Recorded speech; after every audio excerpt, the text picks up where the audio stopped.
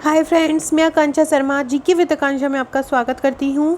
Friends, आज हम MPPSC prelims की नेक्स्ट क्लास पढ़ने वाले हैं। इसमें हम स्वास्थ्य नीतियाँ और स्वास्थ्य कार्यक्रम, जो कि मोस्ट इम्पॉर्टेंट टॉपिक है, इसके 500 प्रश्नों का कलेक्शन मैंने तैयार किया है। जिसने भी मेरे एमपीपीएससी प्रीलिम्स के नोट्स लिए हैं और टेस्ट लिए हैं, उनको ये ग्रुप में मिल जाएंगे। बाकी आप लोग सभी लोग को मैं वीडियो के थ्रू लेके आऊँगी। जो लोग नोट्स नहीं ले पाए हैं किसी कारणवश, तो उनको वीडियो के थ्रू इसको मिल जाएगा, तो आप लोग नोट डाउन कर लीजिएगा। एक साथ पूरे प्रश्न नहीं ला पाऊंगी, कुछ कुछ पार्ट करके लाऊंगी, तो ये पहला पार्ट रहेगा। ये बहुत इंपॉर्टेंट प्रश्न है। अगर आप ये 500 प्रश्न कर लेते हैं तो इससे बाहर कोई भी प्रश्न आपका नहीं जाएगा। इसमें मैंने करंट योजनाएं, करंट नीतियों को भी कवर किया है। तो चलिए स्टार्ट करते हैं। आगे बढ़ने से पहले चैनल को सब्सक्राइब जरूर कीजिएगा, ताकि आने वाली सभी वीडियोस मिलती रहें। और फ्रेंड्स, आपको डिस्क्रिप्शन बॉक्स में मेरा टेलीग्राम ग्रुप मिल जाएगा, व्हाट्सएप ग्रुप, इंस्टामोजो और फेसबुक ग्रुप मिल जाएगा, इंस्टाग्राम मिल जाएगा। उनको ज़रूर ज्वाइन कीजिएगा। जैसे जैसे एग्ज़ाम पास आता जाएगा, मैं बहुत इंपॉर्टेंट एमसीक्यू आपको कराने वाली हूँ, और वहाँ पे आपको इनकी पीडीएफ मिल जाएगी, तो आप अभी ही ज्वाइन कर लीजिएगा उसको। पहला क्वेश्चन है, स्वास्थ्य संबंधी सेवाओं को कितने वर्गों में बांटा गया है। तो स्वास्थ्य संबंधी जो सेवाएं होती हैं वो मुख्यतः दो प्रकार की होती है। दो प्रकार की कैसे होती हैं? एक होती है उपचारात्मक और एक होती है निरोधात्मक। उपचारात्मक स्वास्थ्य सेवा किसको बोलते हैं? कि जब आप किसी बीमारी से ग्रसित हो जाते हैं और उसके बाद आप उसकी दवाई लेते हैं, तो वो उपचारात्मक में आ जाता है। और निरोधात्मक कौन सी होती है?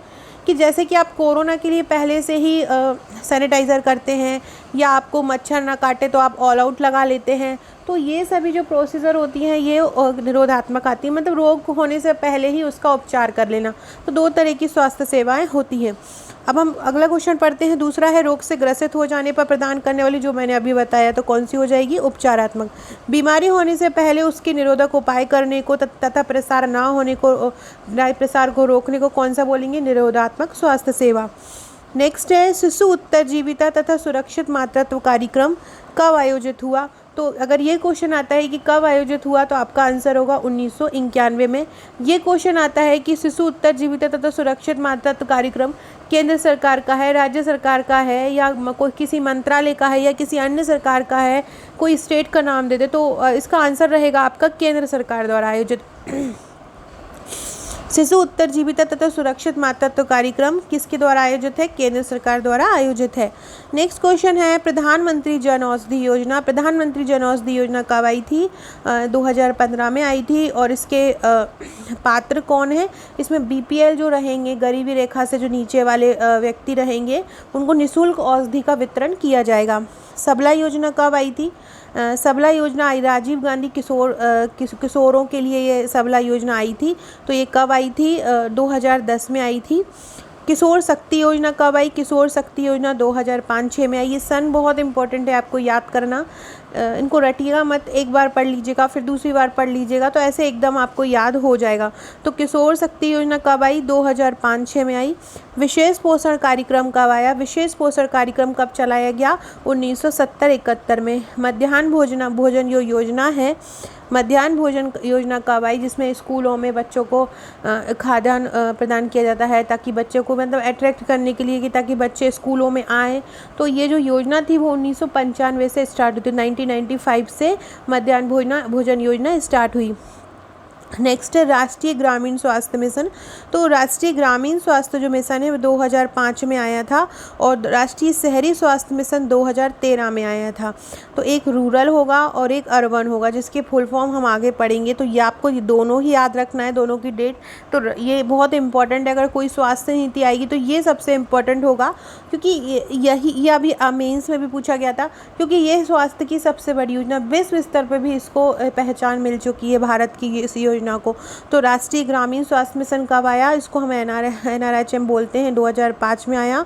और राष्ट्रीय शहरी स्वास्थ्य मिशन, जिसको NUHM बोलते हैं, नेशनल अर्बन हेल्थ मिशन, ये 2013 में आया। दोनों याद रख लीजिएगा। दीनदयाल अंत्योदय उपचार योजना। दीनदयाल अंत्योदय का मतलब क्या होता है?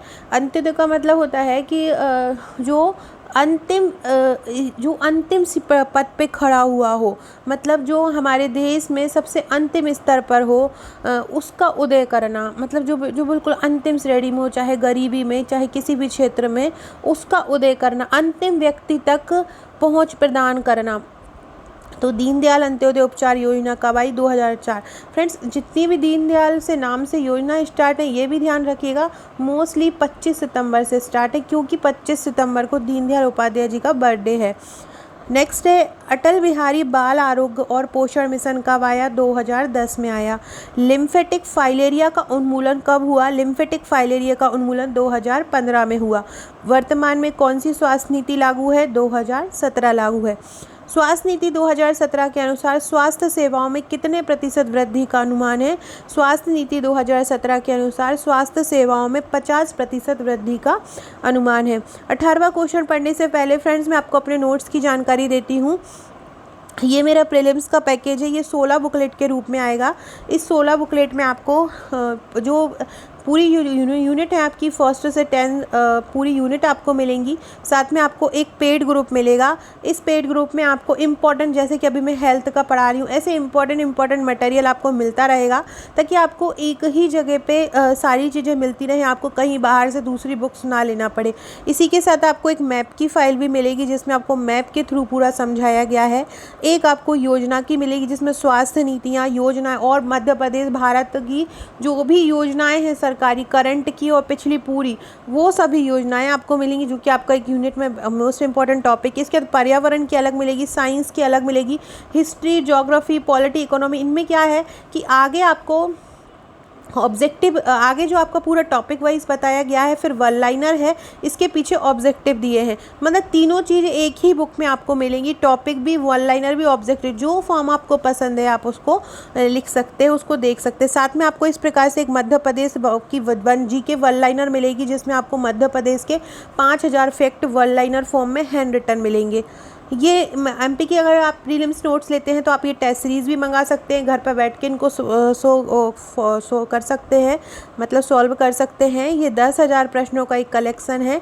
इसमें 100 टेस्ट रहेंगे, हर टेस्ट 100 क्वेश्चन कराएगा। इस प्रकार से 10,000 क्वेश्चन रहेंगे, और इसमें टॉपिक वाइज और एफएलटी पूरे टेस्ट रखे गए। बहुत इंपॉर्टेंट श्रृंखला है।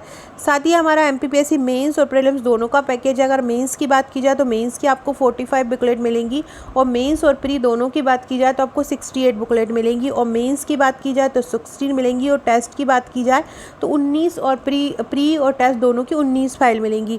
45 फाइलों में आपको 25 बुकलेट मेंस के फर्स्ट से 6 पेपर तक की रहेगी, 12 फाइल आपको 3 मार्कर की रहेगी, और 8 फाइल आपको पुराने पेपर्स का रहेगा। इस प्रकार से आपको पुराने पेपर्स, 3 मार्कर, 5 नंबर, 11 नंबर, ये सभी का एक फुल पैकेज बन जाएगा, और एक बड़ा सा बॉक्स आपके घर पहुंचेगा। या आप अगर सॉफ्ट कॉपी लेना चाहते हैं तो आपको सॉफ्ट कॉपी भी इन सभी का मिल जाएगा, तो आप इनकी सॉफ्ट कॉपी भी ले सकते हैं। इनके साथ आपको हमारा एक व्हाट्सएप का पेड ग्रुप भी मिलेगा। इस पेड ग्रुप में आपको समय समय पर बहुत इंपॉर्टेंट मटेरियल दिया जाता है। 25 फाइल, 25 नोट्स रहेंगे, तो 25 आपको पेड ग्रुप मिलेंगे, जो कि बहुत इंपॉर्टेंट है। करंट अफेयर्स की दृष्टि से देखा जाए, मेंस में क्वेश्चन, या किसी और दृष्टि से देखा जाए, वो सभी आपको मिलेगा। इसी प्रकार आप हमारे प्री के नोट्स लेते हैं तो आपको करंट अफेयर्स भी प्रोवाइड कराया जाएगा। राष्ट्रीय स्वास्थ्य नीति 2017 के अनुसार जीवन प्रत्याशा कितनी होगी? तो राष्ट्रीय स्वास्थ्य नीति जो 2017 के अनुसार जीवन प्रत्याशा का लक्ष्य रखा गया है, क्योंकि वर्तमान में 67.5 है, तो इसका लक्ष्य रखा गया है 70, कि 67.5 से बढ़ाकर कितना कर दिया जाए? 70 कर दिया जाए। 2017 की नीति की जितने भी प्रावधान है सबको बहुत अच्छे से कर लीजिएगा। 2 प्रश्न बनना ही बनना है। प्रजनन दर 2025 तक कितनी हो जाएगी? 2017 की नीति के अनुसार प्रजनन दर 2.1 हो जाएगी। शिशु मृत्यु दर 2025 तक कितना होने का लक्ष्य रखा गया है? शिशु मृत्यु दर 2025 तक कितना करने का लक्ष्य रखा गया है? 23 करने का लक्ष्य रखा। इसी प्रकार नवजात मृत्यु दर 2025 तक कितना करने का लक्ष्य रखा गया है? 28। मातृ मृत्यु दर 2025 तक कितना करने का लक्ष्य रखा गया है? 100। काला ज्वर जो है, ये ज्वर कर लीजिएगा इसको, काला ज्वर उन्मूलन कब तक इसमें लक्ष्य रखा गया है? 2019। कुष्ठ रोग उन्मूलन का कब तक का लक्ष्य रखा गया था? 2017 की नीति में 2018 तक। स्वास्थ्य सेवाओं पर कितना खर्च किया जाए? 2.5%। राज्यों को कितना खर्च करना चाहिए? स्वास्थ्य क्षेत्र में कितना व्यय बढ़ाना चाहिए? तो 8% बढ़ाना चाहिए। स्वास्थ्य क्षेत्र में जीडीपी को 1.15% से बढ़ाकर कितना करना है? 2.5% करना है। राष्ट्रीय स्वास्थ्य जो मिशन आया था, जो अभी हमने 2005 में पढ़ा, फिर 2013 में आया, तो ये किस योजना में आया था? 12वीं योजना में आया। एनआरएचएम की स्थापना जो अभी हमने पढ़ा था, राष्ट्रीय शहरी स्वास्थ्य मिशन, राष्ट्रीय ग्रामीण स्वास्थ्य मिशन, तो शहरी में अर्बन आ जाएगा मतलब यू आ जाएगा, और ग्रामीण में रूरल आ जाएगा मतलब आर आ जाएगा। तो नेशनल रूरल हेल्थ मिशन या एनआरएचएम की स्थापना कब हुई? 12 अप्रैल 2005 में। और एनयूएचएम मतलब नेशनल अर्बन हेल्थ मिशन की स्थापना कब हुई? 1 मई 2013 में। ये इनके दोनों के फुल फॉर्म लिखे हैं। नेक्स्ट क्वेश्चन है, एनयूएचएम मतलब नेशनल अर्बन हेल्थ मिशन के अनुसार, राष्ट्रीय शहरी स्वास्थ्य मिशन के अनुसार कितनी जनसंख्या पर प्राथमिक स्वास्थ्य केंद्र होगा? तो 5000 की जनसंख्या पर प्राथमिक स्वास्थ्य केंद्र होगा अर्बन मतलब शहरी क्षेत्रों में। एएनएम कितनी जनसंख्या में होंगे? तो जो एएनएम रहेंगी वो कितनी जनसंख्या में कर रहेंगी? एएनएम का फुल फॉर्म होता है ऑक्सिलरी नर्स मिडवाइफ, इनका फुल फॉर्म होता है, और ये एक प्रकार से नर्स की तरह काम करती हैं। कितनी जनसंख्या पे एक होती है? 10,000 की जनसंख्या पर। राष्ट्रीय आयुष मिशन कब आरंभ हुआ? राष्ट्रीय आयुष मिशन का आरंभ 15 सितंबर 2014 को हुआ। कब हुआ राष्ट्रीय आयुष मिशन का आरंभ? 15 सितंबर 2014 को हुआ। प्रतिरक्षण कार्यक्रम की शुरुआत कब हुई? प्रतिरक्षण कार्यक्रम की शुरुआत 1970 में हुई। प्रतिरक्षण कार्यक्रम की शुरुआत कब हुई थी?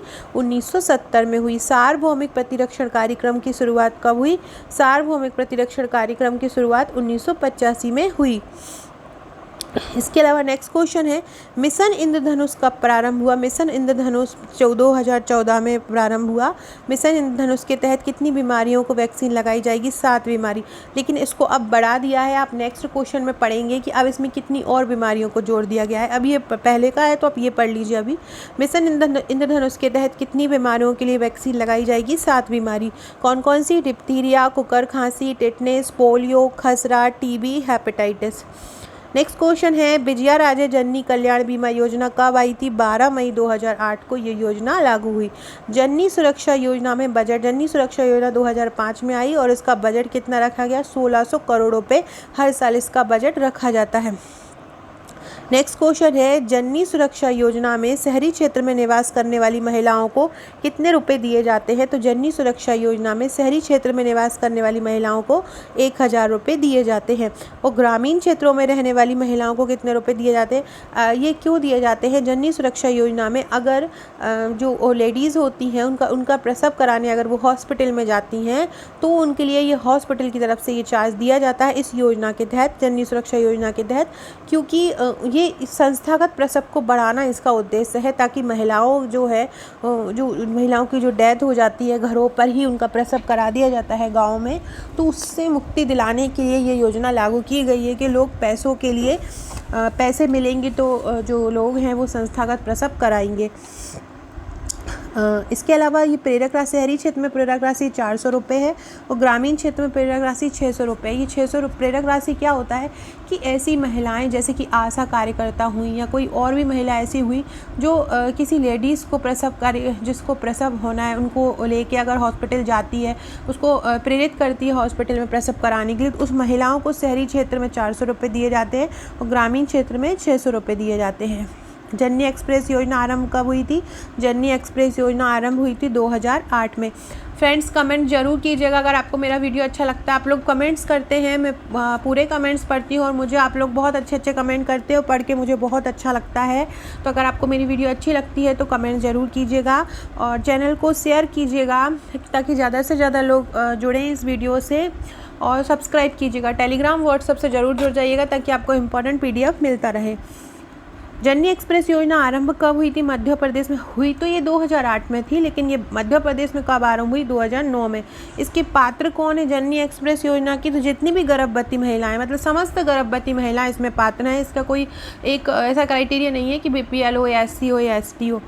सेवा सेवा इसमें 2 प्रकार से दी जाती है जननी एक्सप्रेस योजना में। एक EMRI 108 के नाम से दी जाती है। इसमें क्या होता है, औसतन 19 मिनट लगते हैं और ये जो जननी एक्सप्रेस है, मतलब जो बस टाइप की जो गाड़ी होती है वो जो पीड़ित के घर पर पहुंच जाती है। और एक होती है कॉल सेंटर पर फ़ोन लगाना रहता है, यहाँ पे 30 से 60 मिनट लगते हैं एवरेज, और वो गाड़ी आपके घर पर पहुँच सकती है। जननी शिशु सुरक्षा योजना कब आई थी? जननी शिशु सुरक्षा योजना 1 जून 2011 में आई थी। पात्र कौन है जननी शिशु सुरक्षा योजना में? इसमें समस्त गर्भवती महिलाएं पात्र हैं एवं 1 माह तक बीमार के जो नवजात होते हैं वो इसमें पात्र हैं। तो जननी शिशु सुरक्षा में समस्त गर्भवती महिलाएं और 1 माह तक के नवजात जो बीमार बच्चे हैं वो इसमें शामिल हैं। ये पात्र भी और समय भी सब याद रखा कीजिए। शिशु उत्तरजीवी तथा सुरक्षित माता तो कार्यक्रम हमने पढ़ा है 1991 में। समन्वित बाल विकास सेवा योजना जिसको ICDS भी बोलते हैं, ये 1975 में आई। मध्याह्न भोजन मध्याह्न भोजन योजना जो आई 1995 में, और एक कार्यक्रम आया था 1962 से 65 में जिसको MDM बोलते हैं। फ्रेंड्स, ये 56 प्रश्न है, ये टोटल आपके 500 प्रश्न रहेंगे। मैं अगला वीडियो लेके आऊँगी तब हम इसका अगला पार्ट करेंगे। इस प्रकार से और ये अगले क्वेश्चन हैं तो ये हम अगले वीडियो में पढ़ेंगे। तो तब तक के लिए आप चैनल को पर बने रहिएगा, चैनल को सब्सक्राइब कीजिएगा। नेक्स्ट वीडियो में कल आपके लिए लेके आती हूँ। साथ में आप लोग अगर प्रेरक की तैयारी कर रहे हैं तो मेंस के भी करते रहिएगा। मेंस के अगर आपने मेरे नोट्स लिए हैं तो उनको पढ़िए, अगर नोट्स नहीं लिए तो मैं वीडियो बना रही हूँ रोज़। प्राचीन इतिहास से मैंने स्टार्ट किया है तो आप उसको फॉलो कीजिए और उससे अपने नोट्स डाउन कीजिए। Okay friends, thank you.